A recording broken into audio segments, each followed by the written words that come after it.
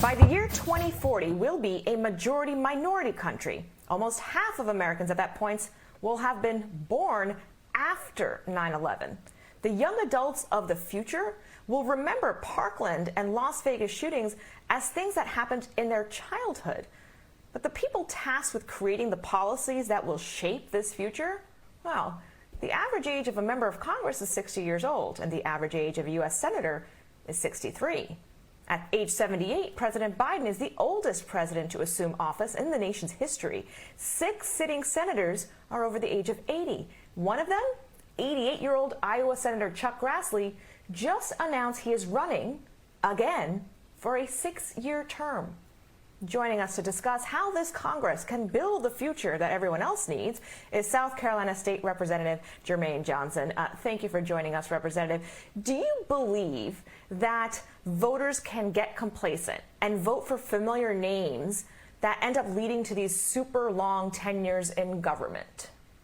I absolutely believe so. And thank you so much for having me on here tonight, because this is a topic that's near and dear to me. When I ran for office, I was the youngest member to run for my seat in my district, and the individual who I actually ran against is actually 5 decades my senior.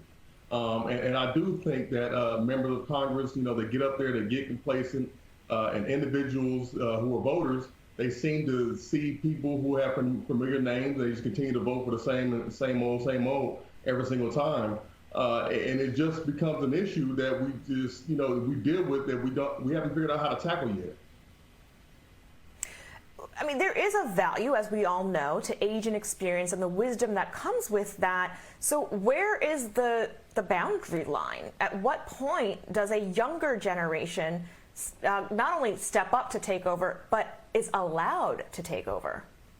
Yeah, and I love the way you just said that, allowed to take over a situation, because, I wasn't allowed to take over in my own spot. The incumbent that I ran against, he was there for 22 years. I have so many leaders in the community telling me, saying, hey, Jermaine, you're the future. We need you. We need young people. We believe in young people. We want young people to stand up and take the reins. But as soon as young people stand up to take the reins, the other generation started saying, no, you're too young. You need to sit down. You need to, wait your turn. It's not your time. It got so bad for myself that I actually had to put doctor on all of my campaign signs. I have a doctorate in business administration, but I had to put doctor on all of my campaign signs to seem like I was a little bit older, like I had, a little bit more experience, because, they were saying that I was too young.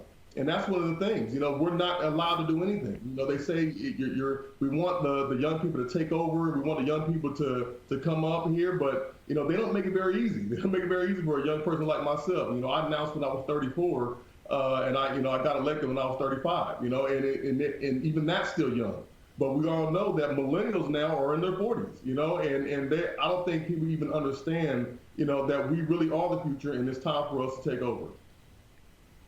It's more than about just the future, right? It's the burden that this generation of millennials is facing as they come into their perceived power. Record student loan debt, the first generation that will not out-earn their previous generation, while at the same time being the first generation that will not be able to afford a single-family home. So all of this financial crisis, yet we're also facing the challenges of social media. Yet literally the people who are supposed to design and fix these systems don't know what these challenges are. And I think, of course, of social media, where you have the heads of these tech companies coming before Congress, and literally they're confusing whether or not they're talking to the head of Twitter or the head of Facebook. So how do you work with that in the meantime? How do we actually take advantage of the wisdom of a previous generation and add in the energy and the needs of the current one? It's extremely difficult to do so, because, when we have our elders in leadership, they still look at you as the kid, and they still say, oh, you don't know that. You don't know what's going on. You don't understand this. You need more experience. And we deal with this big problem where we're having like this big tug of war fight that's going on right now. So, it's going to be a really, really difficult, compromise that's coming with the elders. But you need to have elders who are responsive to hearing what young people have to say. Because specifically, in my own family, My wife's cousin actually, told us a story about how he worked his way through college, and his per semester was only about $3,000. And I'm looking at him like, man, this is unbelievable because I'm, over $300,000 in student loan debt right now. My wife is over $250,000 in student loan debt. And none of the elders that I know have any experience in what we're talking about there. They are just so clueless in terms of, what student loan debt has done to us, what it has done to our economy, what it's going to do to, my future, my family's future, my children's future. And, they're just saying, all right, you know what, just get up and get a job or pay your student loans off or do this. But they themselves don't have the experience in that area. We're dealing with the age of social media. We're dealing with record highs in mental illness with our young people because they can't even turn the social media off, which is 24/7 bullying that they're dealing with.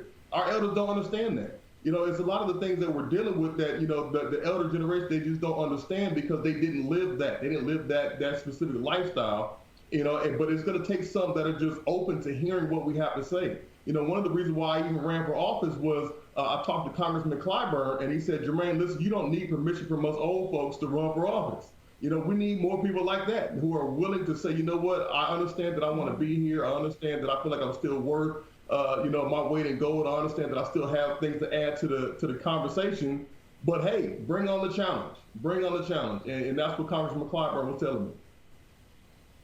Well, I'm glad that Congressman Clyburn had that advice and gave you that support, because we all have to start somewhere. And I will leave you with the example, of course, of the late Congressman John Lewis, who started as the young guy in the civil rights movement. Rep. Jermaine Jackson from South Carolina, thank you for joining us tonight.